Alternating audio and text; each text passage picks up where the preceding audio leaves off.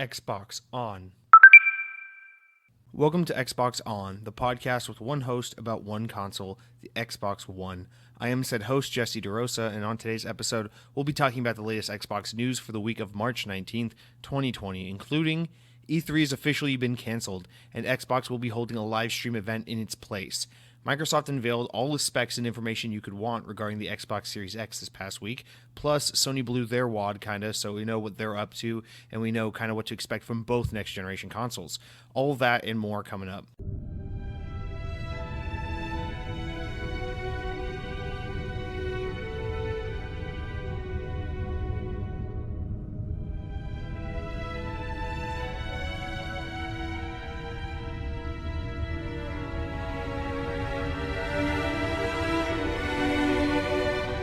What is up, X-Boners? I don't really know where to begin on a week like this, just because, as you may remember last week, I finished recording and editing right before news broke that E3 was canceled, so I thought, no doubt that's going to be the massive news story of next week, and then over the course of this week, we got some massive announcements about the Xbox Series X, and then today, at the time of this recording, which is Wednesday, Sony went all out, all out in air quotes. Sony went out and finally said something about PS5, and they gave a lot of substantial information, just no visuals to really accompany it. But between, the past few days, we know a lot about what's going on in the future of gaming between these next-gen consoles and changes with E3 being canceled, of course. And obviously outside the world of gaming, it's just been a crazy week for pretty much anyone living in the modern world. We all know what's going on, so it's just been a weird one. I guess as much as I hate that this keeps coming up in the show because it's annoying to talk about, you can't really avoid the events taking place as a result of the COVID-19, the coronavirus. Right now I'm at home kind of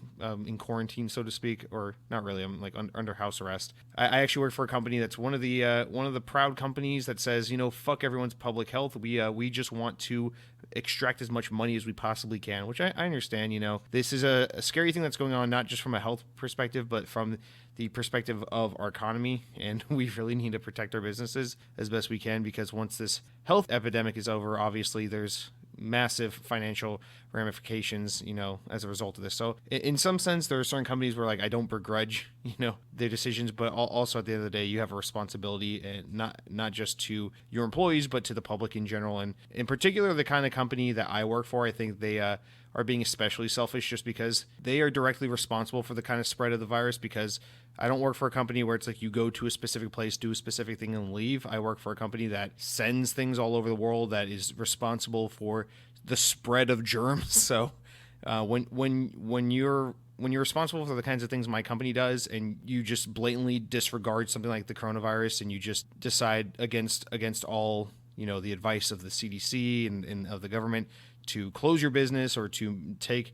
real precaution about something like this, and all you do is just stay open for business anyway, then you're being really negligent, because you're really not even so much, like I said, about your employees, but you're really being neglectful and disregarding the health of the public at large. So I think that's really fucked up. But even aside from that, just companies in general, I know a lot of people right now are still being forced to go to work, and I feel like that narrative is being somewhat underserved. It seems like everyone's just talking about working from home and being home for a few weeks, and there are a lot of people out there who aren't doing that right now. There are a lot of people out there who have to go to work, and it's hard to say, what should be open, what should be closed. Obviously, we need gas stations, we need grocery stores, we need, doctors and hospitals and things like that. But I mean, we don't need retail stores that sell electronics and clothing. That's not a necessity right now. So it's just a tough situation. And I guess what I'm just trying to say is my thoughts and heart goes out to all of you right now who work a job that doesn't necessarily, work for a company that doesn't necessarily need to be operating in a time like right now,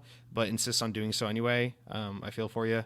I'm kind of in a similar situation, but I'm lucky enough that I have enough vacation days banked that I was able to kind of do a leave of absence for the next 2 weeks.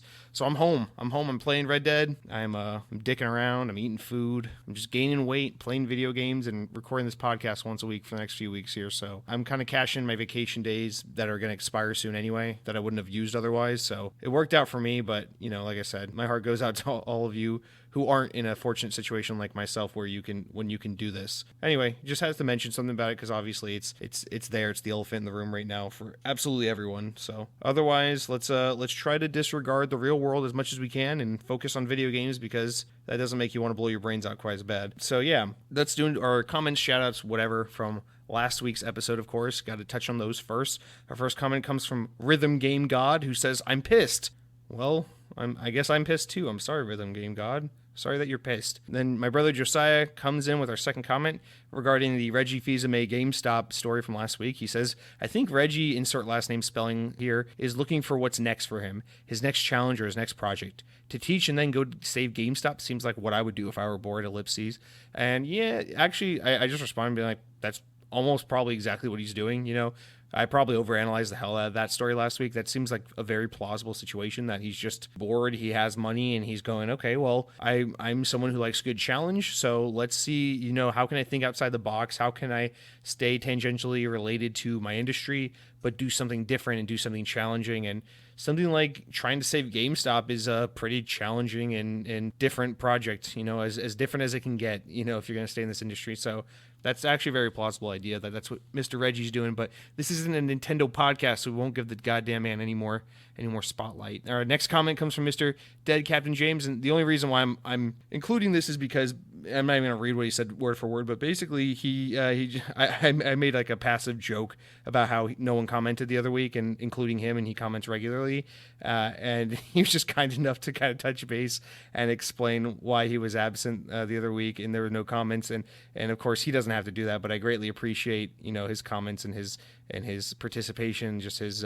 dedication to listening to the show in any form or fashion. All it's greatly appreciated. But he does mention here in his comment that he was out last week because his daughter was born. So I just wanted to give a special congratulations to Dead Captain James on the air, and just say congrats on your family, and just wishing you all the best. Obviously these are crazy times to be bringing a kid into this world, so I'm sure that you have enough stresses and enough going on in your life as it is. But yeah, just sending a lot of positive energy your way, and hoping that your world's been changed all for the better as a result of that. So good for you, and I just wanted to just throw that out there. Otherwise, I'm just going to send the call out for this week's show. Please be sure to send in any and all comments and thoughts and ideas you have regarding the Xbox Series X and PS5, because this week we're going to get into a lot of news on that. We're going to get into a lot of specs and hardware stuff, things that I'm just so ignorant on, and I would love to hear. I know a couple of you out here in the audience are a lot more tech savvy than I am, and probably have a lot more thought-provoking stuff to share. So if you have anything to say about the news this week, please, I'd love to hear from you for next week's show. And that's going to do it for our comments and shout-outs. Just remember, as always, guys, don't be shy. Reply. Yeah, and then we'll get into what I've been playing, but of course, we got to do the important thing and talk about what I've been eating. It wouldn't be an episode of Xbox On if 10 minutes into the show we still weren't talking about video games, but instead I was just telling you about Rainforest Cafe. I don't know how public this, or like how well known this news is outside of the Central Florida area where I live, but yeah, the Walt Disney parks, all the Walt Disney resorts around the world actually close. What am I trying? I'm having a fucking stroke here. But yeah, they all closed. Walt Disney World down here in Central Florida closed, and everything's just gone. All my happiness, all my joy is gone. I'm limited to just playing video games now. I have no theme parks. And so they closed on Sunday. This past Sunday was their last operating day until the foreseeable future. But I thought I'd do one last hurrah. It just so happened to be a day off for me. So I went to the parks. I did a whole day with my girlfriend. We went to Disney's Animal Kingdom, and then we put a bow on the whole day by meeting up with some friends and going to the Rainforest Cafe over at Disney's Animal Kingdom at the end of the night. And I guess just as a side note, what a great day, before we had to say goodbye to the parks, which I don't know how long they'll be closed, but I'm really hoping it's not too long, because I do love spreading germs and going to theme parks. But yeah, the Rainforest Cafe, I know we spoke about last week. I just got to sing the praises of the Rainforest Cafe, because, we went in there, and obviously you could feel that the coronavirus was having an effect on the restaurant, because these restaurants are generally packed, balls to the walls, with kids having birthdays, with men like me in their mid-20s just having a great time at the Rainforest Cafe, drinking non-alcoholic frozen drinks and eating cheeseburgers with French fries. But this place was dead, and luckily, as a result of that, we received some excellent service. Shout out to our guy Donovan, who took great care of us. He's a really awesome guy. We were kind of celebrating my girlfriend's birthday, which is actually the day this podcast goes up, as well as my buddy's girlfriend, who has the same exact birthday. And so they brought out this awesome dessert. It was There's brownies, there was chocolate, there's ice cream involved, so needless to say I have diabetes, but it was just a wonderful time.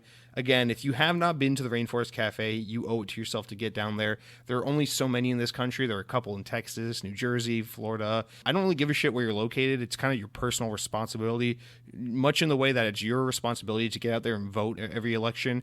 It is your responsibility to get out there and eat at the Rainforest Cafe. So really no excuses, just make it happen. Aside from that, shout out to Landry's, the restaurant group that owns the Rainforest Cafe, who's reportedly just laid off pretty much everyone and closed all their restaurants during this coronavirus. So fuck you guys for just screwing over all your underemployed employees and everything, and underpaid employees. So you're kind of garbage in that regard. But of course, once the Rainforest Cafe comes back online, I will be there. Don't you worry about that. Now, what I've been playing, most importantly, just some more Red Dead Redemption 2, honestly, now that I'm kind of out of work for the next few days, weeks, whatever, and it's actually a great opportunity for me to actually make it through this dreadfully long game. And I've got to say, as I get further into the game, I'm still loving it just as much, but I am seeing where it's like there's some fat on this game that they could have trimmed.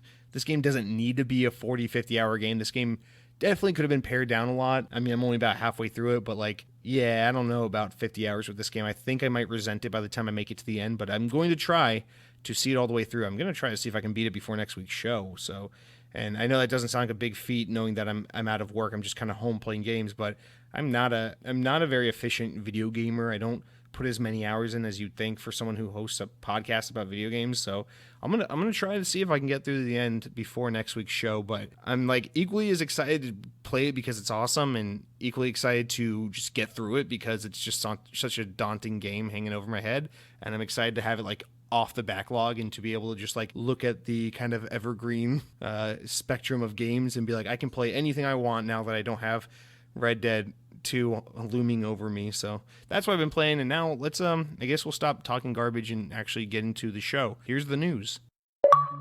All right, where to begin? So excuse me in advance if I'm just kind of all over the place. I mean, I do have my show notes here. I try to organize them to some coherent extent, but it is just not a news week of so many stories, but of just so many big stories that kind of intersect with each other so much that I might be all over the place, kind of jumping between points, but nonetheless, we'll just dig right in with the big news of last week that I just barely missed, which is, of course, E3 has officially been canceled. So from IGN, E3 2020 has been officially canceled over concerns about the novel coronavirus, or COVID-19. This marks the biggest impact on a video game show this year as a result of public health concerns regarding the COVID-19 outbreak. The Entertainment Software Association, or ESA, is now exploring the possibility of a quote online experience to replace the show. A statement from the ESA reads, "After careful consultation with our members' companies regarding the health and safety of everyone in our industry, our fans, our employees, our exhibitors, and our longtime E3 partners, we have made the difficult decision to cancel E3 2020, scheduled June 9th through 11th in Los Angeles," end quote. And they continue actually, "Following increased and overwhelming concerns about the COVID-19 virus, we felt that this was the best way to proceed during such an unprecedented global situation. We are very disappointed that we were unable to hold this event for our fans and supporters, but we know it's the right decision based on the information we have today," end quote. Both attendees and exhibitors will be contacted about full refunds. The ESA also confirmed that it was, quote, exploring options with our members to coordinate an online experience to showcase industry announcements and news in June 2020. The statement ends with the ESA saying, quote, "We thank everyone who shared their views reimagining E3 this year. We look forward to bringing you E3 2021 as a reimagined event that brings fans, media, and industry together in a showcase that celebrates the global video game industry," end quote. Following the news of E3's cancellation, of course, Xbox's head Phil Spencer and Ubisoft also announced that both companies will be hosting digital events in place of E3. Spencer stated on Twitter that details on the timing of the digital event will be revealed in the, quote, coming weeks, and the new plan will be a way to celebrate the next generation of gaming with the Xbox community who love to play, which is basically what he said on Twitter. So we'll expect details on that soon. And now Ubisoft also announced that it supports the ESA's decision to cancel E3 2020, but also that it is, quote, exploring other options for digital experience that will allow us to share all the exciting news we have planned, so stay tuned for more, end quote. And so they have a more official statement you could read on Twitter, but it's just basically that in an elaborated sense. And so, yeah, there's your massive story. So I guess, obviously, we've had a week to kind of mull this over, so to speak. So at this point, I think the bigger way to interpret this story is E3 dead? Is E3 over? I mean, obviously, the whole coronavirus thing got much worse between last Wednesday when this news came out and this week where half the country's on lockdown. Trump's talking about giving out money to people, and we're calling it the China virus and all that shit. So obviously things have gotten a lot worse. The death toll's gotten a lot higher, and we're starting to cut off a lot of transportation between countries. So obviously this isn't a joke, or at least in the sense of canceling something as trivial as E3 in the grand scheme of things really is the way to go. So there's no doubt about whether or not this had to be done, just because this is obviously a serious thing we're dealing with, at least in the sense of bringing this many people from all over the world together in one space. But the question at hand is, what does this mean for the ESA? What does this mean for E3 in the future? Now, of course, they mention talking about bringing E3 back in 2021, but you got to think that could mean anything. That could mean like next year E3 comes back and it's a Nintendo Direct, or that the ESA totally loses E3 and kind of sells the brand or something, or it lives on in a new reincarnated way. It gets sold to someone else, because the ESA, as I've said before, they are pretty reliant on the funding that E3 provides. It's more than half their income, and they don't do very well otherwise. So like without E3, this could very possibly just like immediately put the nail in the coffin and end things right then and there, especially as they've been struggling more and more with people dropping out left and right, especially big names like Sony. So I don't really see how the ESA recovers from something like this. And I think, as disappointing as it is, because people often relate E3 to like the Super Bowl for video game fans, and as disappointing as it is to lose that for this year, especially on a year that's so big because we're expecting new consoles, I think the bigger story here is what this means for the future of the brand of E3. And I don't think it comes back personally in this form or fashion. I definitely think we get E3 in some different way, whether it be a smaller kind of convention, if it's run and operated by someone else, or if it becomes like a series of live streams. And the thing about E3 is, like, a lot of people don't really acknowledge this, but like Microsoft does a lot of E3 things that aren't directly at E3.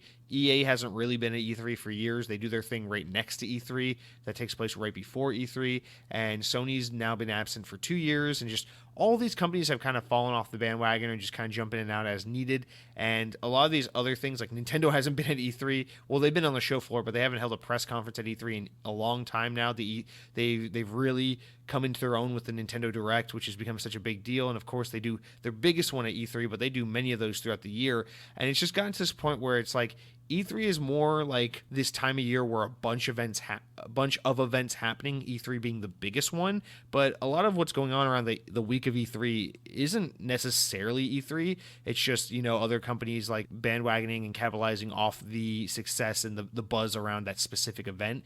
And so I think what you'll see is a lot of companies can be like, hey, we can save a bunch of money by not renting out a theater and renting out show floor space and holding a press conference and just kind of doing our own event around this time of year. And what you might see E3 become is kind of like this game announcement season where a bunch of companies just kind of independently and just naturally gravitate towards having online experiences, and maybe there's some in-person events, but just a lot of announcements come out around this E3 time period. And E3 in the more traditional sense, the more coordinated, specific one event kind of sense, maybe just kind of falls to the wayside. But nonetheless, of course, we'll see this play out more and more as time goes on. But yeah, this is massive news because E3 has just been such a mainstay. It's been around for so long, and it's, I'm not hoping that E3 goes away forever, but trying to be realistic about it. And I just think that's what this means. And obviously, especially in the case of Xbox, you can't afford to not have your buzz event surrounding the Xbox Series X. You can't afford for that to just fall out because E3 is not a thing. So they're just going to do what I assume is like their state of play, their Nintendo Direct kind of thing. They're going to have like an Inside Xbox or some massive show like that where it's just going to be a huge deep dive into Halo Infinite and Xbox Series X and all the new shit we should be expecting from Xbox in the coming year or two. And it's probably going to be a lot cooler than E3. It's probably going to be a lot cleaner than E3. It's probably going to be a lot cheaper for Microsoft to do than E3, and I think it would probably be more effective messaging.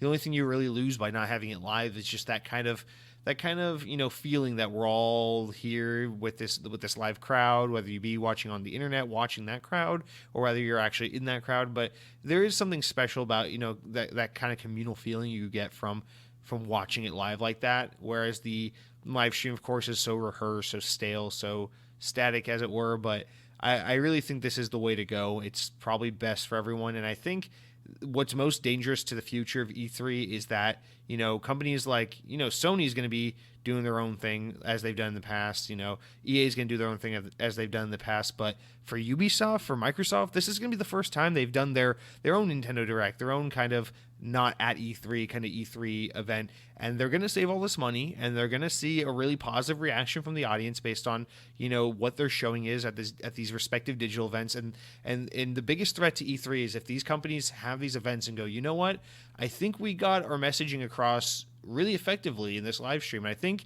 we did everything we used to do at E3 pretty well from afar, and it was much easier to pull off. It was a lot less planning. It was a lot less coordinating. It was a lot cheaper. And maybe this is the way we go for future events. And that's really troubling, because if the ESA can survive through 2020 without the funding they get from E3, then what happens when they come back next year and Microsoft says, you know what, thanks but no thanks, we're just going to do our own event again, because that worked out pretty well for us last year. And that's when it's over. So it's between one or the other. I think it's over for the ESA, and I'm excited to see Microsoft. We've seen Xbox inside Xbox events and XO, events, but I'm excited to see them really do a massive event like this that's just kind of pre-recorded and pre-rehearsed, like all that. I think it would be interesting to see what Microsoft's take on like a Nintendo Direct kind of thing could be. And I don't know. I'm excited to see how bad it is, or how quirky it is, or how cringy it is, or maybe how good it is. Nintendo Directs you got to remember, Nintendo Directs were awful for a pretty long time,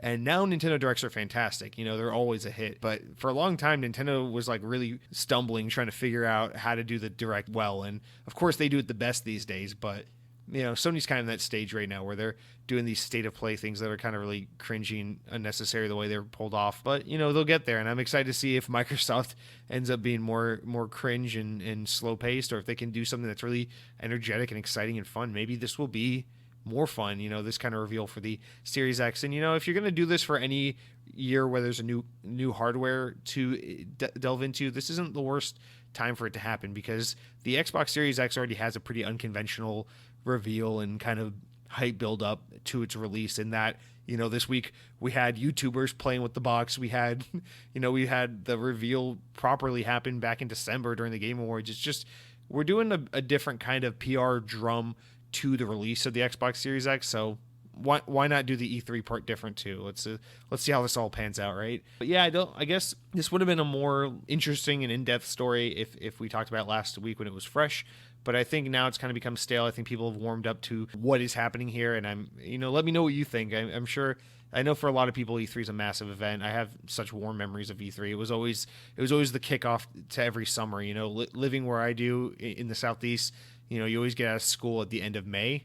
That's always the start of your summer vacation, and E3 was always like right after school got out at the beginning of the summer. And I remember E3 is like the event that really kicks off the summer. It's like, okay, school's out.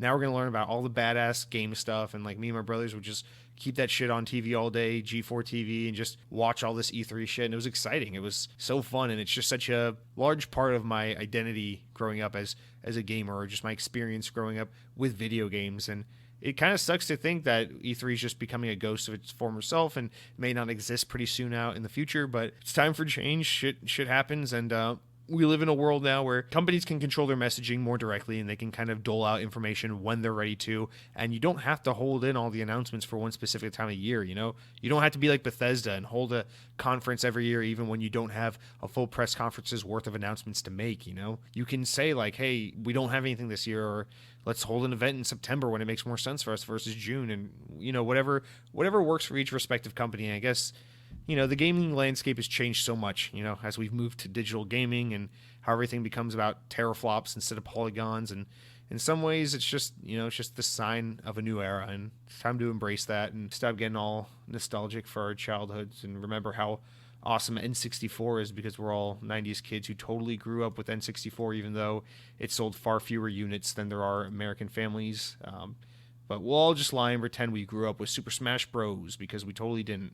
Anyway, our next story here is going to be all about the power of the Xbox Series X. So this is when I get into the I don't know what I'm talking about territory, but I tried to really read up and get a lot of opinions and takes and taken a lot of information. I watched a lot of Digital Foundry and some other YouTubers and read a lot of articles, really trying to learn what I could about the Series X and what these specifications that were released this week means, so that I can sound as intelligible or competent as possible for the podcast. But yeah, I guess the cancellation of E3, I guess, was a direct reason for this happening, and it's just that Microsoft came out and was like, fuck it, here's all the Xbox news, here's all the specs of the Series X, here's how we're handling storage, here's a bunch of YouTubers we flew out to like go in depth and touch the console and use it and tear it apart. And it was really cool the way Microsoft did it.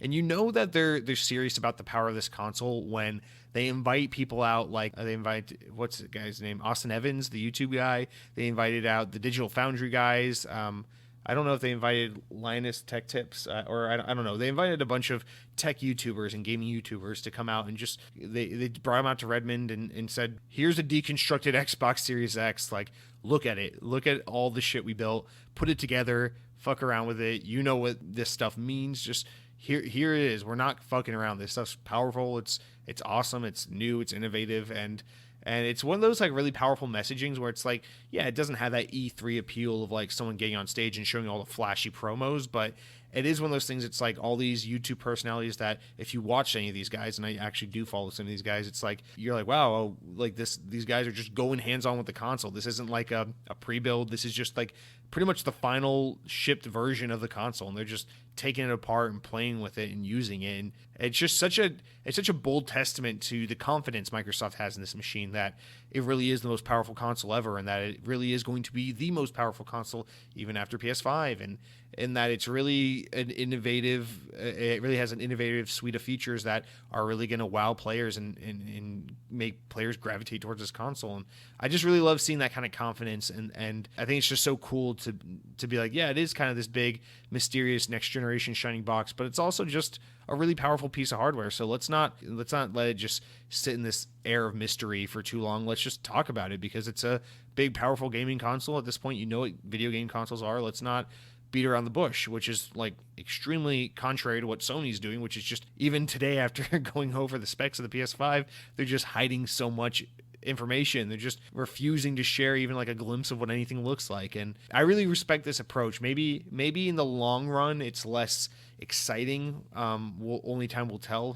because we've been hearing about this console. We've known the name. We know what it looks like now for about 4 months. And by the time it comes out, we'll have heard so much about the Series X. We'll have seen so many pictures of it, so many videos of it. We'll have received so many tidbits about all the details behind it that we might be tired of it. It might not feel quite as exciting. And then maybe Sony's approach will work better, where they just keep their mouth shut forever and barely ever say anything about it. And then that'll just make it more exciting. But again, that's one of those things where both companies are doing a totally different approach, and only time will tell. But I really do appreciate that they kind of did this. And so, yeah, here's like a quick rundown of the specs. Obviously, the console's still slated for a holiday 2020 release, and its optical drive will be, of course, a 4K Ultra HD Blu-ray drive. Not surprising there. Now, as far as the RAM, it has 16 gigabytes of GDDR6 RAM, which is actually, and I guess I'll cross-reference this with PS5 since Sony kind of came out and talked about PS5 specs today. So it's pretty much on par with what Sony has on the PS5. And then the memory bandwidth is 10 gigabytes at 560 gigabytes per second, 6 gigabytes at 335 gigabytes per second. That I don't really know how to read. And then the CPU, the central processing unit, is an 8X Zen 2 core processor. Now, these are basically the same AMD processor on both. This is basically the same processor for the most part on both the PS5 and the Xbox Series X, although the PS5 has it clocked at 3.5 gigahertz and the Series X has it at 3.8. So it's a little more overclocked or whatever. It's a little higher clock speed on the Xbox side of things, which, I mean, who knows what that means in terms of that kind of thing. Just worries me when I'm like, all right, Xbox, you remember the Red Rings of Death, just make sure you ventilate this thing well. But I have every confidence that they've got it at this point with the hardware. Microsoft's proven themselves to be very competent with hardware. And then we got the GPU, which of course is a custom AMD Radeon RNDA Navi 12 teraflops, 52 CUs, and 1.825 gigahertz. Supports DirectX ray tracing. So some of this I kind of understand now, having seen so much about it. But, this is the big one where a lot of people are fussing over how Xbox is more powerful than PlayStation, because PlayStation came out today and basically said it's same thing, custom AMD Radeon RDNA, but it is at 10.28 teraflops. So meaning that the Xbox is absolutely at least over. It's almost 2 teraflops more powerful, and of course has its own ray tracing, but it's its own separate, however they get that done. It's its own separate type of ray tracing. And then the video output is on both is, of course, native 4K at 128 hertz, and they both support 8K. Now, this is, before I go any further, actually going back to the GPU, this is the big one, because this is one of those things where it's all about really how the GPU and the CPU and the SSD all kind of play together that really makes the difference. I really hate the console war tribalism. I've been seeing a lot of Xbox kind of fanboys, so to speak, just kind of trashing on PlayStation on my Twitter feed this week. And it's really kind of annoying, because here's the thing. It's like, yes, on paper, the Xbox Series X appears to be more powerful than PlayStation 5. I'm sure it is undoubtedly more powerful than the PlayStation 5, but it's not going to be like, again, chill out. Every generation, there's always one console that's more powerful than the other. And I understand that the Series X might be a little more powerful than the PS5, than like the gap in power might be a little greater with the Series X than consoles generally are. But let's remember, it's about how you use that power, and two, it's about, the third parties are only going to make a game as powerful as the lowest common denominator. So I understand Halo Infinite might be the most beautiful game you've ever seen, but when it comes to the next Assassin's Creed, the next Call of Duty, the next Rainbow Six, these games are only going to be as good looking as they can make them run on PlayStation 5, being the lower powered console. So yeah, maybe, I guess if you really want to get down to it all and you want to get all Digital Foundry about it, I'm sure you can find ways in which the Xbox Series X versions of certain games run a little better, look a little better, but for the most part, you're not going to be able to see a side-by-side comparison of an Xbox Series X game and a PlayStation 5 game and say, one of these objectively looks like ass, and one of these objectively looks incredible. It's just not going to happen. So chill out. It's awesome to see Xbox is really taking pride in this most powerful console ever. Of course, as an Xbox fan, I love seeing this. I love seeing them have confidence. I love seeing them have a win like that. If you want to look at it that way, I love seeing them come out strong and confident and with a really awesome product. But at the end of the day, both of these consoles are going to be great and have great games. So just calm down, chill the fuck out. And my brother pointed out, it looks like a lot of gaming media, which gaming media is always so goddamn biased. It's always so liberal. It's always so SJW. It's always so skewed towards certain things. There's always an agenda with the fucking gaming media, and there seems to be a lot of like defense for PlayStation, because for whatever reason over the years, gaming media has become so PlayStation centric that there's just almost this kind of like passive aggressive just neglect for the Xbox brand. But it's like, chill the fuck out. PlayStation doesn't need defending. PS5 is probably still going to sell way better than Xbox Series X, because guess what? I think the Series X is going to be more expensive. I think the PlayStation 5 is still going to have more AAA games, but I'm really hoping I'm wrong on that. And I think just in general, it's people just like PlayStation. PlayStation's really built a really awesome brand, and they've built a lot of loyalty over the years. And in a lot of ways, it's really well deserved. In a lot of ways, I think it's kind of overblown. But regardless, just like, let's calm down. I think the PlayStation 5, this battle, so to speak, this non-existent console war really isn't over just because on paper Xbox Series X looks more powerful. Like, let's wait until the games come out, because I know Xbox bought a lot of studios. They bought a lot of studios that make a lot of niche games. They bought a lot of studios that make a lot of smaller games. Sony has just a lineup of companies that make, or of developers that make nothing but super high quality AAA games. And if they're going to keep punching out, your Last of Us and Ghost of Tsushima and Spider-Man and God of War and those kinds of games, PlayStation's still banging out those awesome exclusives. So no one knows for sure how this is going to play out. It's going to take years to really see. And at the end of the day, it doesn't matter which one's better. I hope they both do extremely well, because I like PlayStation. I like Xbox. Obviously, I definitely have a special spot in my heart for Xbox. I consider myself more of an Xbox gamer, and it's definitely a brand I have a lot of love for. That's why I do an Xbox podcast. But goddamn, I just like, today was just a little bit of an eye-opening experience where I feel like the console war stuff has kind of died down, especially over this past generation a lot. But today was a reminder that this shit still exists, and it's still just as annoying and stupid as ever before, because who gives a shit which one's more powerful? Again, if you're an Xbox fan, it's totally cool that, you can champion the brand you love and the console you love because it's super powerful and it's super promising. They're making a great product. That's awesome. I can be excited about that.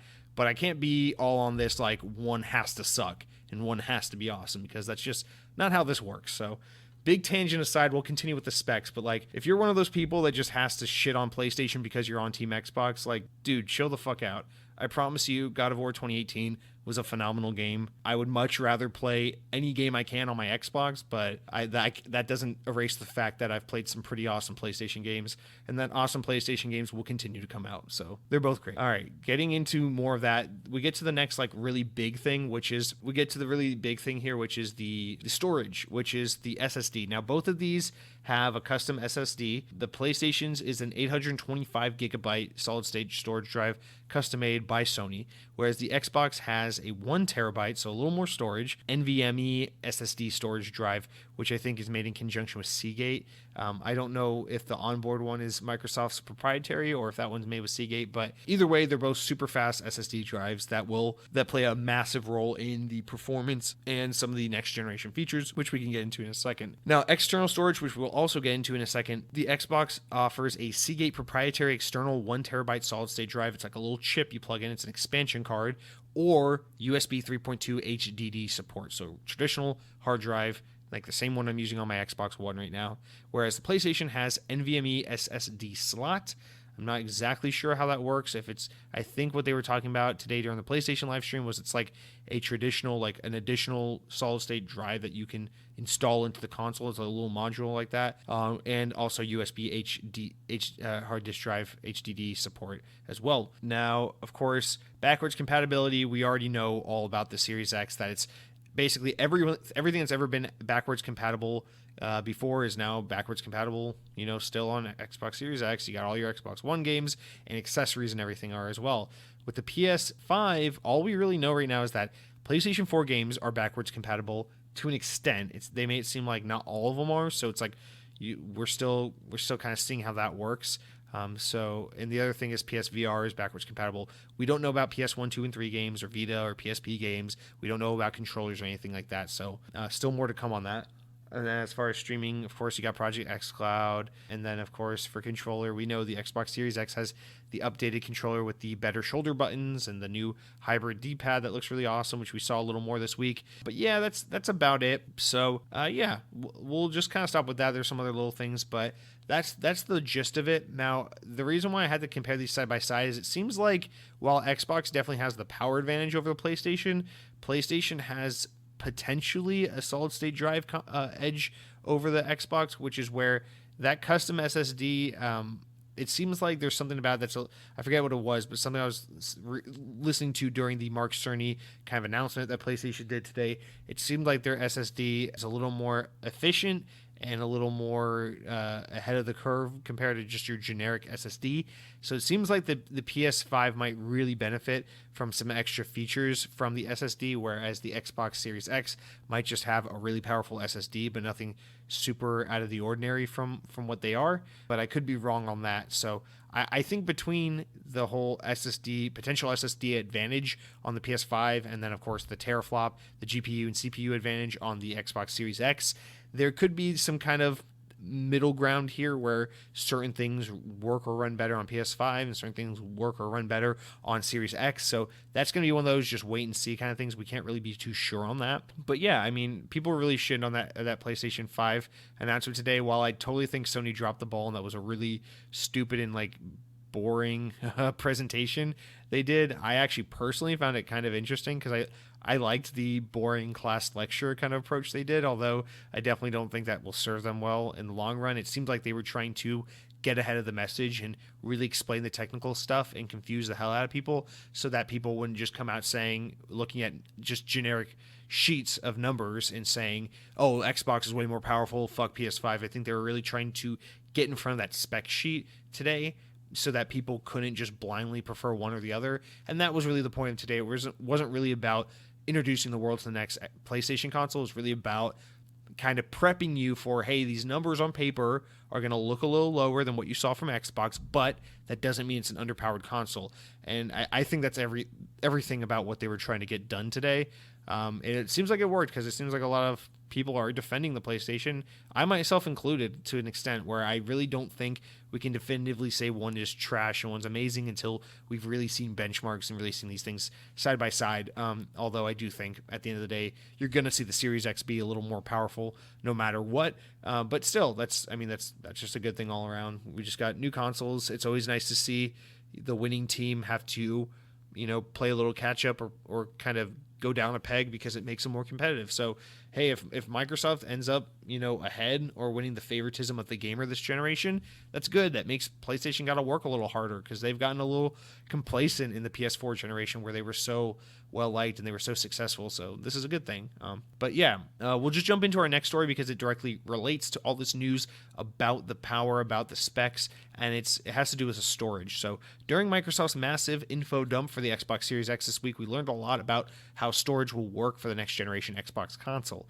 Aside from the console's 12 teraflops of graphical power and NVMe storage, game state suspension points for multiple titles all at once, and even after the console restarts, as well as 120 frames per second performance and high-end PC-like fidelity, the console will also feature some innovative solutions for expandable storage. The console will launch with 1 terabyte of onboard SSD, but will also be expandable in the form of 1 terabyte SSD cards. Designed custom by Seagate, these small memory card-like add-ons will be able to greatly expand the console's storage without compromising the portability of the machine and without compromising the speed and performance offered by the Xbox Series X's NVMe SSD storage. The new type of storage can greatly reduce load times, as shown earlier this week with a side-by-side comparison video of an Xbox One X and an Xbox Series X, each loading into State of Decay 2 at the same time.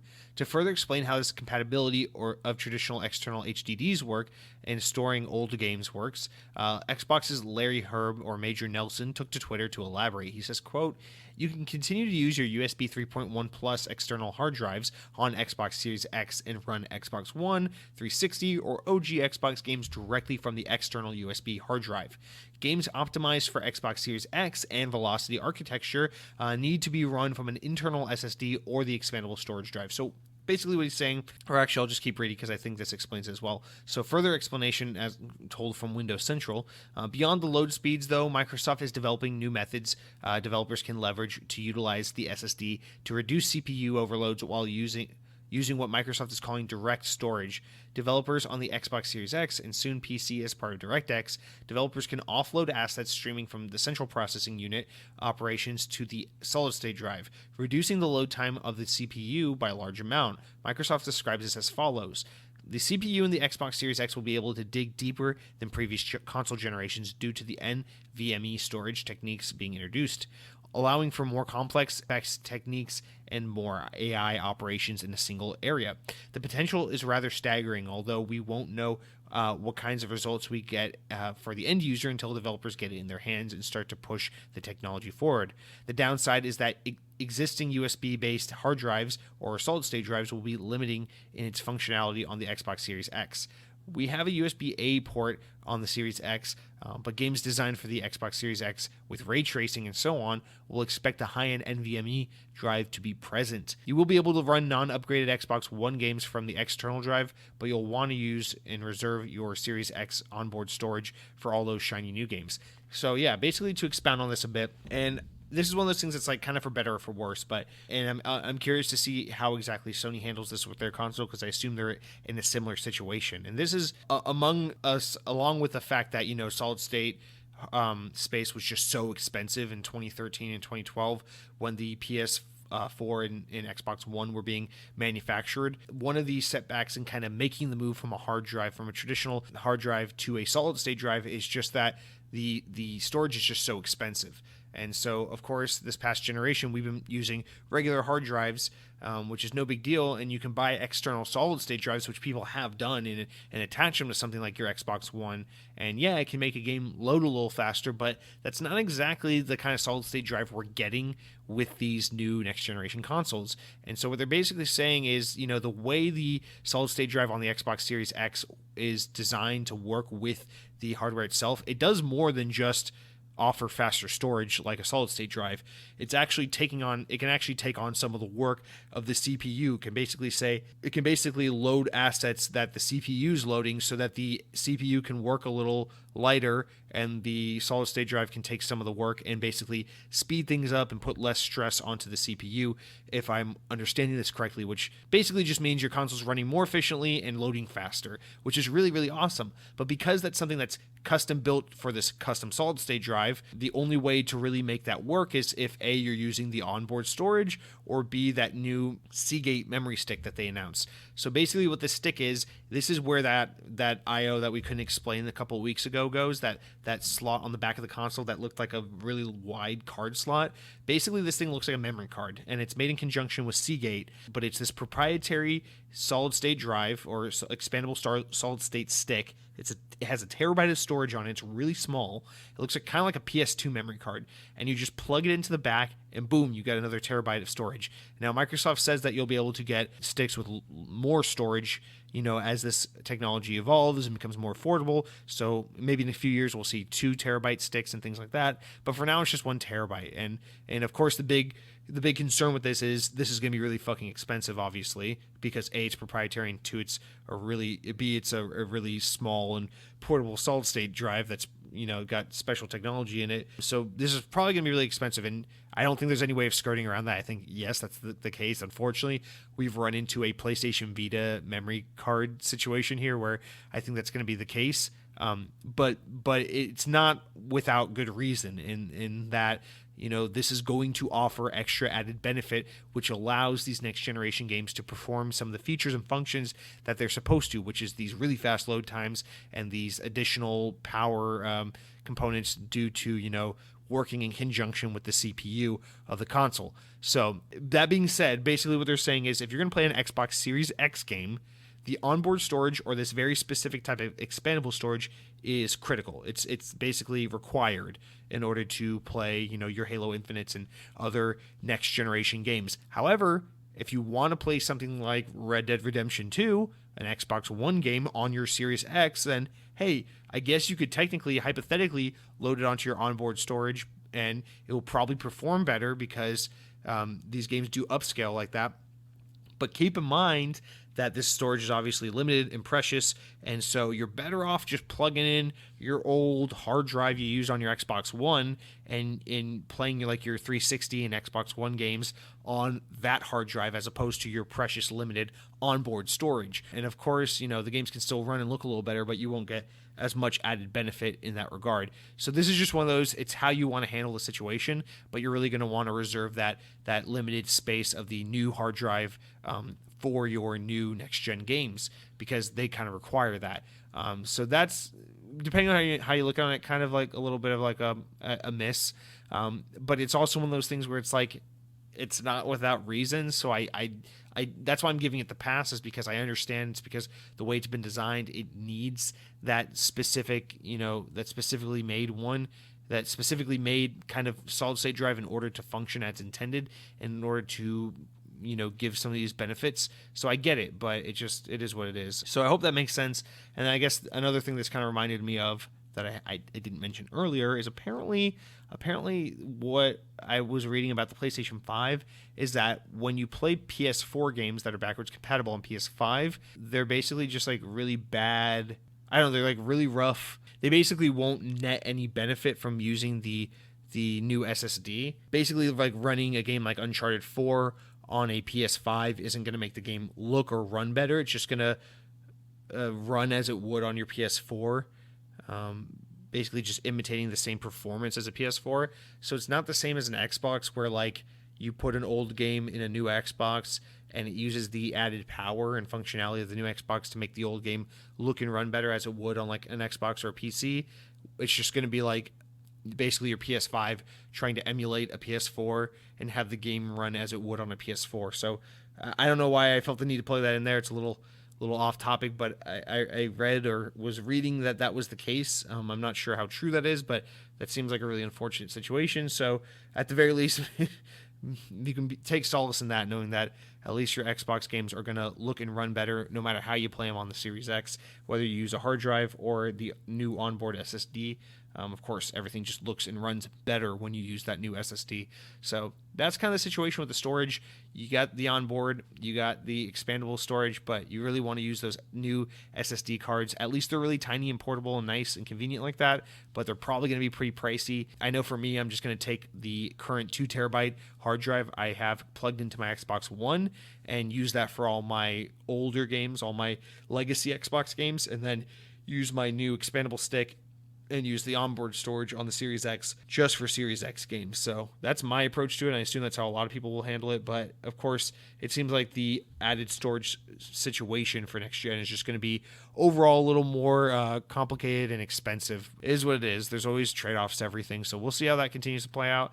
But then that's going to do it for the bulk of our, or I guess all of our canceled stuff, our next generation stuff, all the specs conversation, all the crazy massive stuff going on. Like I told you, it's a big one this week with all these stories. But now we'll jump into some more normalized news. We got a small one quickly about some more features of the Xbox Series X, which we'll just get into real quick, and then we'll round out with some more regular news. So from Windows Central, we've got a bunch of photos a while back leaked giving us a proper look at the ports on the Xbox Series X. Although there was some confusion over what some of them were, now we know that the long strip is for expansion cards. But we've also learned that the prototype ports weren't final in a bad way, unfortunately.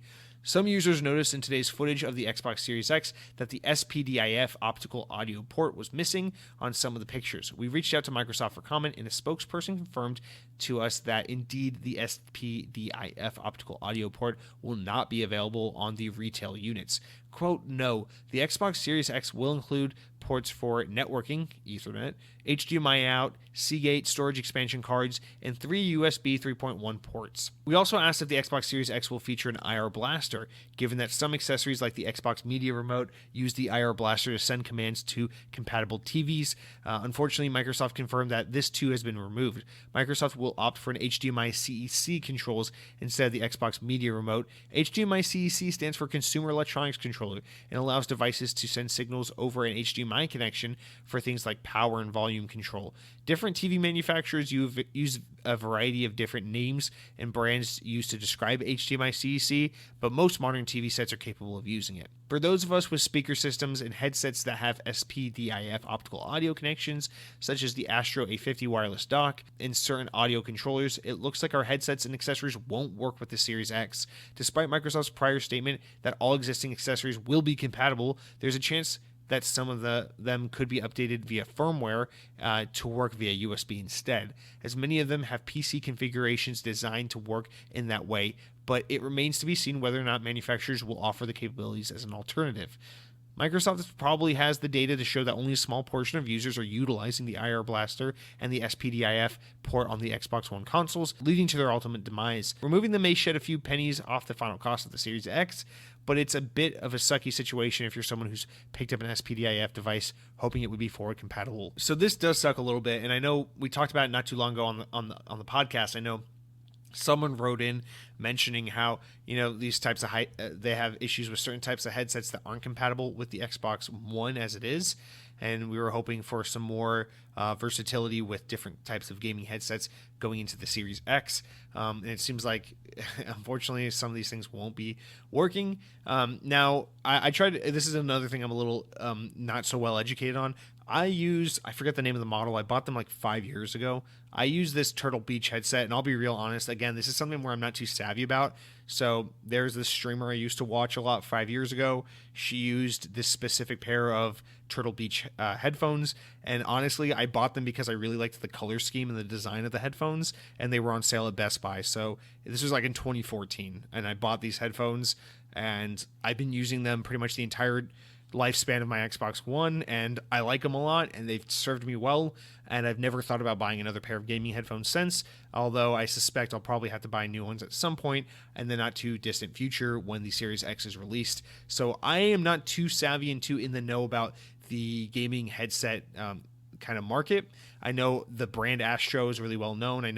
I feel like Turtle Beach was kind of a bigger name back in like the 360 days, but these days it's all about the Astros. So I know that's like a big name in headsets, and I assume there's some crazy technology and crazy advanced features that people are really taking advantage of and really interested in that like my generic Turtle Beaches don't offer. So with that said, this is a shitty situation for people unlike me who are really into these kinds of things, who really want this premium headphone experience. It seems like the Astro A50s have like this wireless dock that connects to the console itself, and then of course the headphones are wireless and connected to the dock that is then connected to the console.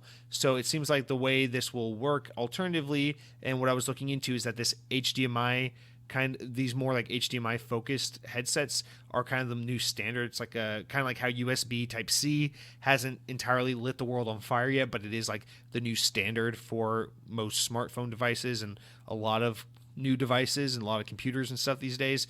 It's one of these things where like HDMI wireless headsets for console gaming is kind of the new standard, but they haven't all taken off. So it seems like Xbox has set the console up to kind of fit all the latest and the newer to like soon to be released kind of headsets, but not so much really supporting the legacy headsets that people have been using, which is really unfortunate. But I'm actually a little more upset over the IR blaster being gone, because as I've said in the past, I'm a big fan of some of the all-in-one entertainment features of the Xbox One, and I hate to see that stuff go. Although it looks like I'll be able to use the feature I use the most, which is having the Xbox and TV turn on and off together feature, which my Samsung TV's always supported and has always worked just fine for me. But nonetheless, I understand this is a shitty situation for a lot of gamers. I know a lot of gamers take gaming headsets very seriously. This is a part of people's gaming setup that is very important to them, and it does suck that if you're, for example, a user of Astro A50s, that this is something you probably have to graduate from and now find an alternative solution using the Xbox Series X. But it looks like, as the article suggests, there may be some kind of firmware solution that will allow people to retroactively use these again with the Series X. But again, it's like only time will tell. So yeah, that's just one of those things. It's good now that we're learning so many in-depth things with the Xbox Series X. We're starting to learn some of the cons, some of the downsides to the console, and we can prep ourselves to kind of work around those things and find our own individual solutions to that, because obviously every piece of hardware is going to have its pros and cons. You still got people bitching about cell phones that don't have 3.5 millimeter headphone jacks, so maybe this is like the 3.5 millimeter headphone jack equivalency for Xbox gamers. You just gotta suck it up and embrace the future where we're using, I guess, HDMI related headphones. I don't know, dude. My Turtle Beaches are wired. They plug directly into the controller. I don't know how anything works, but I am sorry if you were affected by that. Now, moving on, we'll get out of the tech stuff and move into some wrap-up stories, just about regular stuff. So, as of March 18th, this is good news, by the way. As of March 18th, Xbox Game Pass Ultimate members will now start to receive free regular perks, including DLC, in-game content, and more. The first round of perks have already been released to members and are as follows. So those playing Phantasy Star Online 2, which is now in open beta, will get some perks like a new Xbox jacket, a golden ticket mission pass, and some other stuff for US and Canada users who have Xbox Game Pass Ultimate. If you play World of Tanks Mercenaries, you'll get a free-to-play game dedicated to tank warfare in the mid-20th century. So new mode for you guys. If you play in Sea of Thieves, you get the Essential Pirate Experience, which basically gives you free Ori-inspired ancestral sails, a figurehead, new hull, and flag to adorn your ship. So some Ori and the Will of the Wisps perks to your Sea of Thieves experience. And for those of you still playing Smite, you've got a bundle that unlocks 5 gods, special character skins, and a voice pack. So some substantial stuff if you're a big player of any of these games. I know I'm looking forward to those Phantasy Star perks. So this is a really awesome thing, not just for these 4 games, but just in general, that Xbox Game Pass Ultimate, which is undoubtedly, in my opinion, the most the greatest value in gaming history, that it gets you Xbox Live and Xbox Game Pass all in one $15 a month subscription, is now going to give you even more value with free perks, free DLC, free game content. I mean, you can look at this in the kind of more, you can look at this in a more dire sense that, oh, maybe they're holding back content that would otherwise be free now as an incentive to get people to download or subscribe to Game Pass Ultimate, which is one way of looking at things. Or you can look at it as they're trying to incentivize more and more people to be Game Pass Ultimate members. Now, the other week I was talking about how I don't understand why the hell you would own an Xbox and not have Xbox Live. It's like having a personal computer and not having the internet. But I think we're starting to get there with Game Pass as well, where it's like, why would you have an Xbox and not have Game Pass Ultimate? I mean, you can make a better case for why you wouldn't have Game Pass, but you would have Xbox Live. But I think we're starting to get there where the value proposition of Game Pass is so great that's like, just get Game Pass. I mean, but you could make that argument that maybe this is stuff that would otherwise be free, that they're now kind of paywalling behind Game Pass Ultimate. But I'm just going to blindly choose to not look at it that way, because I just want to share some good news and just be excited about some more goodies for Game Pass Ultimate members. So if you need more like notification about what things are being added, what kind of perks are coming out, of course you can always check the Game Pass tab on the Xbox dashboard, the Xbox app on Windows 10 PCs, and the Xbox Game Pass app on Android and iOS. And then our wrap-up story for the week is, of course, first time in a while we've touched on this, but the NPD numbers are out for the month of February 2020 with what we now know to be the games and consoles that sold the best during the month. So to no one's surprise, Call of Duty Modern Warfare was the best-selling game of the month, and the best-selling console was the Nintendo Switch. Altogether, spending on video game hardware, software, and accessories totaled to $755 million, which was a 29% decline from February 2019's numbers. Overall, hardware and software sales are down, which is common for a year where new hardware is to be expected for release. The top 20 best-selling games for the month of February were in order: 1. Call of Duty Modern Warfare, then we got NBA 2K20, Grand Theft Auto 5, Dragon Ball Z, Kakarot, Tom Clancy's The Division 2, which was on a really good sale recently, Mario Kart 8, Ring Fit Adventure, Madden NFL 20, Super Smash Bros. Ultimate, Star Wars Jedi Fallen Order, Minecraft, Luigi's Mansion 3, Red Dead Redemption 2, The Legend of Zelda Breath of the Wild, Pokemon Sword, Just Dance 2020, FIFA 20, Tom Clancy's Rainbow Six Siege, Need for Speed Heat, and New Super Mario Bros. U Deluxe. I mean, two things to point out real quick. Notice how no Xbox and PlayStation exclusives made this list at all, and notice how a bunch of Nintendo exclusives made this list. This is something you didn't see a lot during the Wii U days, just because people were not doing it with the Wii U. But this is typical Nintendo, where it's just like their games just continued to sell. Look at that. You got games like New Super Mario Bros. U, which is just a re-release of a Wii U game no one played. You got Zelda, which is which is like 3 years old now. You got like fucking Mario Kart, which if you really want to get technical about it, it's just a 6-year-old Wii U game, and they're just selling like crack. That's just so Nintendo. So good for them, man. They really figured out how to get those games that aren't games as a service, but just kind of never stop making money anyway. Nintendo's really got that cracked. But yeah, of course, Call of Duty, no big surprise. We got some games on here like Tom Clancy's The Division 2, Red Dead Redemption 2, which were on sale recently. Although Red Dead Redemption, it's kind of got the GTA thing where it's just kind of indefinitely on the top 20 NPD. And then Minecraft, of course, while technically an Xbox property, is available on absolutely every device and has just always been on the NPD, so that's not surprising. So this is a pretty tepid, a pretty unsurprising list. We're kind of having a slower start to gaming this year, whereas in the past few years, the January, February months have been pretty packed. And this year, it seems like we're off to a slower start. March is really where it's going to start kicking up with some of these new games. We got Animal Crossing, we got that Doom Eternal, we got the new Final Fantasy, we got all these new games coming out.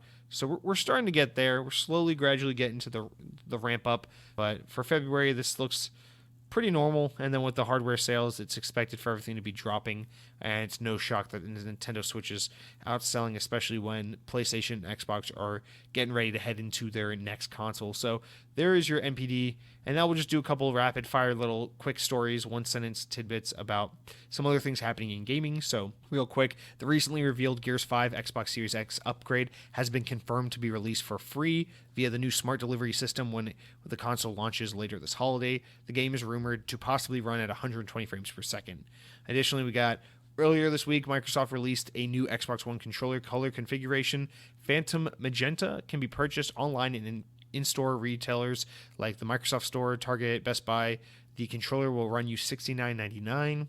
It's out now.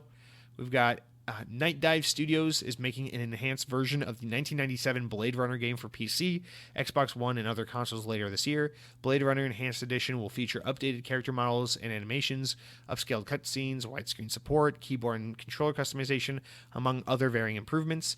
And then IGN reports that Hello Games developer behind No Man's Sky have announced a new game called The Last Campfire. The trailer is now up if you want to go watch it, but this adventure puzzle game will be out for PC and consoles this summer. IGN also reports that some video clips have surfaced on Reddit this week that seems to point to a re-release of Tales from the Borderlands, as well as a sequel to the Telltale episodic adventure. If the leaks are to be believed, the re-release should come sometime later this year, with the sequel currently to be determined as far as announcements go. We get directly from Xbox Wire that beginning today, Xbox owners can download a demo for the upcoming Resident Evil 3. The proper full remake game will be released on April 3rd. And then lastly, IGN reports that Fast and Furious Crossroads, which was recently revealed during the December 2019 Game Awards, seems to be getting delayed to 2021 when Fast 9 now comes out, as the movie itself was delayed due to the coronavirus. Now it seems like the game might be getting delayed as well so that it can still coincide with the movie's premiere.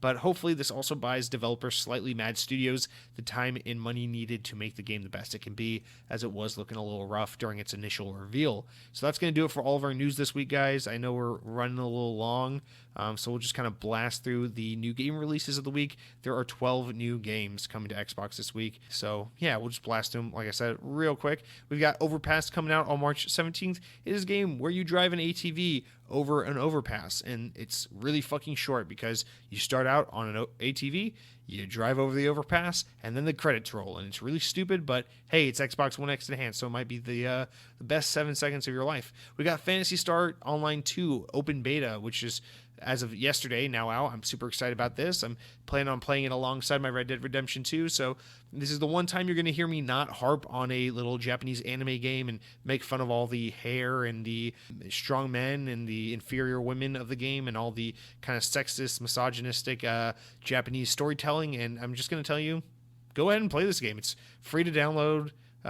It's absolutely a blast. It's the closest thing I can compare Phantasy Star Online to is maybe something like a Monster Hunter, but much easier in that you just kind of grind and redo these missions and explore these territories and fight enemies and grind for loot. But the bosses aren't as daunting as like a Monster Hunter enemy, and it's more about like general enemies and not just like specific one creatures. So very fun kind of online RPG game. Definitely worth your time if you're into that kind of thing. Then we got La Mulana, which is, I think it's like, I'm pretty sure this is just like a D-made Spelunky game. So if you like Indiana Jones, if you like games that look like ass, if you like indies, if you like supporting your local brewery, then this is a great game for you to play. Take it out on a date. We also got La Mulana 2 coming out on March 17th. So I guess what happened was I took so long explaining what the last game was that they basically made a sequel in the time it took for me to explain the first one,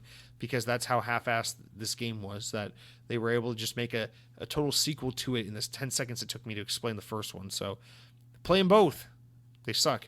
And then we got RBI Baseball 20, which, speaking of things that suck, unfortunately the MLB season has been delayed due to the coronavirus, but RBI Baseball unfortunately hasn't been, which is, I guess, just further proof that God isn't real, because we can't watch real good baseball, but we can play RBI, which is, if you know anything about it, it's just not very good. So I'm just going to go ahead and recommend you play MLB The Show. It is a PlayStation exclusive, but it's better than this. And then you got Explosive Jake, which is kind of funny. I used to be friends with a guy named Jake who kind of ghosted me, and honestly, I like to think that he has explosive diarrhea, and that's why he's Explosive Jake. So I guess that's really just more sad than it is funny. So yeah. Then we got Red Death. This is a game. You get in a ship, you fight the coronavirus, and then at the end of the game, you get a award from Trump, and he calls it the China virus, and it's really funny. And then that's the game. You got Thunderpaw. I cannot believe how shitty looking all the games are this month, this week. Holy crap! It's another 8-bit game. It's 2D. Go play fucking Mario. You saw the NPD numbers. You see Mario still charting. Go play Mario. And then you got TT Isle of Man 2, which is the sequel to that game that was on Games with Gold the other day. It's Xbox One X enhanced, so if you like racing on motorcycles, that's really good. Just keep in mind it's hard as shit, and you're going to keep hitting walls and flying off like I did when I played. And then you got the Secret Order Shadow Breach. I have no idea what this game is. It just shows like a house with a sliding glass door open, and there's pizza boxes and plants everywhere. So I assume you are a marijuana dealer. You grow marijuana. So we got Doom Eternal on March 20th. This, I have no clue what this shit is. It looks like you play as Samus Aran. You play as Metroid. Unfortunately, you do have to download it on a separate solid state drive just to enjoy it. And then the last game we got is Doom 64, which is like if you wanted to play Doom Eternal but have it look like garbage, you'd play this instead. Doom 64 is the, for those who don't know, is the Doom game that everyone who didn't own an N64 claims they played a lot growing up because they were a 90s kid who played N64, and that's part of the image, it's part of the brand, so you have to pretend you played Doom 64 even though everyone absolutely just played Doom 1 and 2, maybe 3, and then pretty much forgot about the franchise until Doom Eternal and Doom 2016. But let's all pretend Doom 64 was a really cool game we used to play, right? Don't we all remember how awesome it is to play N64? Do you guys remember Yoshi Story? I used to play Yoshi Story all the time in 1997. Oh man, I love that inferior. I love Mario Kart 64. I love how it's like objectively worse than every Mario Kart that came after it, but we just insist it was really good because it's cool to like Mario Kart 64. Let's ignore the fact that Mario Kart 7, 8, Wii, Double Dash, DS are all infinitely better than Mario Kart 64. Let's just pretend that it's the best anyway because we love that shitty analog stick that came on the N64 that broke after 10 seconds. And yeah, that's it for our games this week. No resentment towards my generation or the Nintendo 64 whatsoever. Our games with gold, for a reminder, for the rest of the month, you got Batman the Enemy Within the complete season. If you missed out on Shantae the Half Genie Hero, that's now available through April 15th. Castlevania Lords of Shadows 2, you missed it, you fucking idiot. And then Sonic Generations, now available through March 31st. For the love of God, play that game. It is majestic. It is phenomenal. I promise. Play the Planet Wisp level daytime stage as Sonic, as modern Sonic. The music is captivating. The visuals are stunning. I promise you, it's so good. And you're so dumb if you don't play it. And then Eric is going to play us a little song. He's going to go, Jesse, you went well over an hour this week. What the fuck did you possibly talk about? You're one person.